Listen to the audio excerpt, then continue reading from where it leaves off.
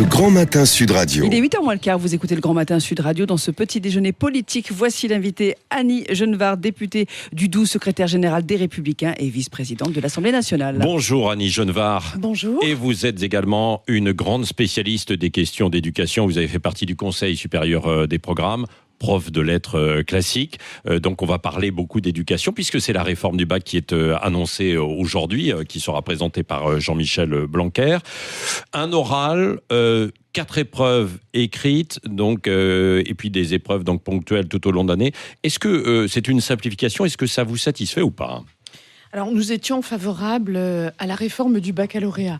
Nous l'avions annoncé dans notre programme, et bien avant d'ailleurs que Emmanuel Macron ne le fasse dans le sien, le resserrement du baccalauréat sur un nombre réduit d'épreuves pour redonner de la valeur à cet examen, donc moins d'épreuves, plus d'exigences, avec une concentration sur l'acquisition des savoirs fondamentaux, c'est une bonne chose.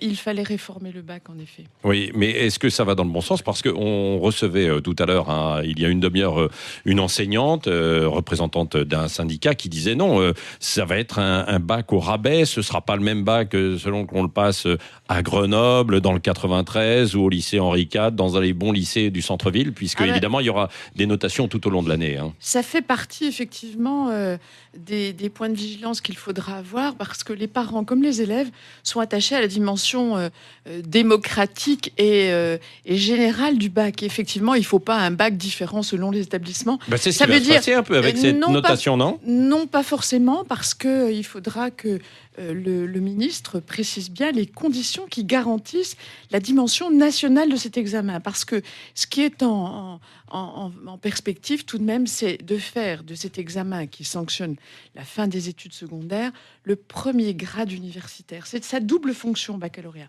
Or aujourd'hui, si vous voulez, on laisse avec le bac entrer à l'université des étudiants qui n'ont pas acquis le bagage nécessaire pour suivre une scolarité universitaire normale. C'est-à-dire que on n'a pas un tronc commun suffisamment fort, où il y a des spécialités qui ne sont pas mises en évidence.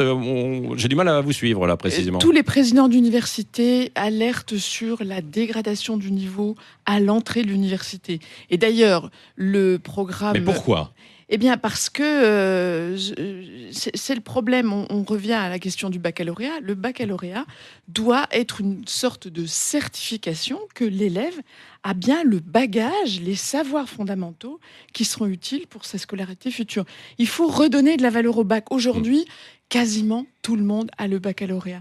Un examen que tout le monde obtient, c'est bien la démonstration qu'il n'est pas suffisamment exigeant. Oui, et vous pensez qu'avec cette réforme, il y aura moins d'élèves qui auront leur baccalauréat parce qu'il sera plus difficile ? On a l'impression que c'est l'inverse. En tout cas, ce qui est certain, c'est que le niveau d'exigence attaché à un nombre de disciplines réduit devrait normalement s'assurer que les élèves ont bien acquis les fondamentaux. Parce que avec le système de compensation des notes, vous pouviez effectivement passer à travers les gouttes. Mais quand on recentre, ça veut dire que sur les matières principales, quoi. Rien ne devrait échapper aux examinateurs. Et puis quand même, il y a les épreuves principales, mais il y a toutes les épreuves de spécialité et puis les options. Donc les autres disciplines n'ont pas disparu pour autant. Classe de terminale qui pourrait être renommée classe de maturité. Oui, alors ça, C'est du gadget ? Je suis un peu circonspecte, je sais pas trop quoi en penser. Je trouve pas ça très fun, pour tout vous dire. Oui, une classe de maturité. Encore un mot sur l'éducation, avec la réorganisation des filières qui pourrait être revue, la suppression peut-être des filières L, ES et S pour avoir un tronc commun et ensuite 2 spécificités en terminale. On dit d'ailleurs que la filière classique L, elle est progressivement délaissée et qu'il faudrait complètement la revoir. Alors, il faut la revoir. Moi, j'y ai enseigné dans ces filières donc vous littéraires. Êtes attaché, Donc, je vois bien comment cela a fonctionné. On voit bien que ce sont les disciplines, les filières scientifiques qui continuent à être des outils de sélection, finalement. Et choisis souvent par les familles comme gage d'un enseignement plus qualitatif. Est-ce qu'il n'y a pas un problème ? C'est-à-dire, soit vous êtes matheux, soit vous êtes littéraire, mais vous ne pouvez pas être les deux dans notre système de reconnaissance. Alors, c'est un vrai problème, et ce d'autant qu'aujourd'hui, de plus en plus, dans certaines universités, même dédiées à l'économie ou aux mathématiques, on recherche de plus en plus des profils littéraires aussi, parce que les profils littéraires apportent quelque chose d'irremplaçable. Mais il y a une requalification des filières littéraires à opérer, ça c'est certain. Alors venons-en maintenant au service universel tel qu'il est envisagé. Oui. Alors il y a plusieurs choses. Il y a un rapport parlementaire qui ne le rend pas obligatoire, et le président de la République, on a cru le comprendre hier soir, dit que lui, il le voudrait obligatoire et d'une période de 3 à 6 mois. Quel est votre avis, Annie Genevard ? Bon, c'était dans son programme, l'idée d'un service national universel qui plaît beaucoup à l'opinion publique, qui est très nostalgique de ce temps qu'elle juge formidable, où il y avait un grand creuset républicain au moment du service militaire. Bon, ce temps est révolu, on le sait. Nous, d'emblée, on a signalé que s'engager dans une idée comme celle-là, il faut quand même être un peu sérieux et la chiffrer. En gros, c'est 1,5 milliard de fonctionnement et 1,5 milliard d'investissement par an. Oui. Ça veut dire 3 milliards sur un quinquennat, 15 milliards. Bon, on était très sceptiques sur les modalités de financement d'une opération comme celle-là.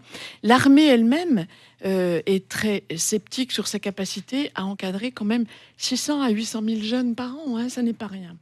Même si l'idée paraît sympathique, une idée ne vaut rien tant qu'elle n'est pas réalisable. Alors, il y a un rapport parlementaire qui a été produit par deux de nos collègues.